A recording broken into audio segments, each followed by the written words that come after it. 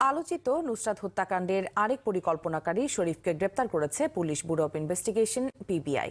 সকালে তাকে আটকের কথা নিশ্চিত করেন ফেনী জেলা পিবিআইয়ের অতিরিক্ত বিশেষ পুলিশ সুপার মনিরুজ্জামান। এ নিয়ে এ মামলায় এখন পর্যন্ত গ্রেপ্তারের সংখ্যা 14 জনে দাঁড়ালো।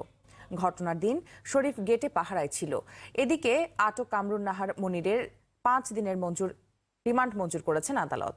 নুসরাত মামলার অগ্রগতি জানতে পুলিশ সদর দপ্তর থেকে আজ ফেনী পৌঁছাবে 5 সদস্যের তদন্ত দল।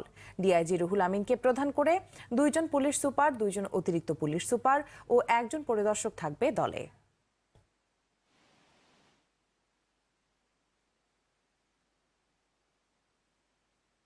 আদালত আসামিকে এবং আমাদেরকে শুনানি নিয়ে উভয় পক্ষের শুনানি শেষে আসামিকে 5 দিনের রিমান্ড মঞ্জুর করেছে।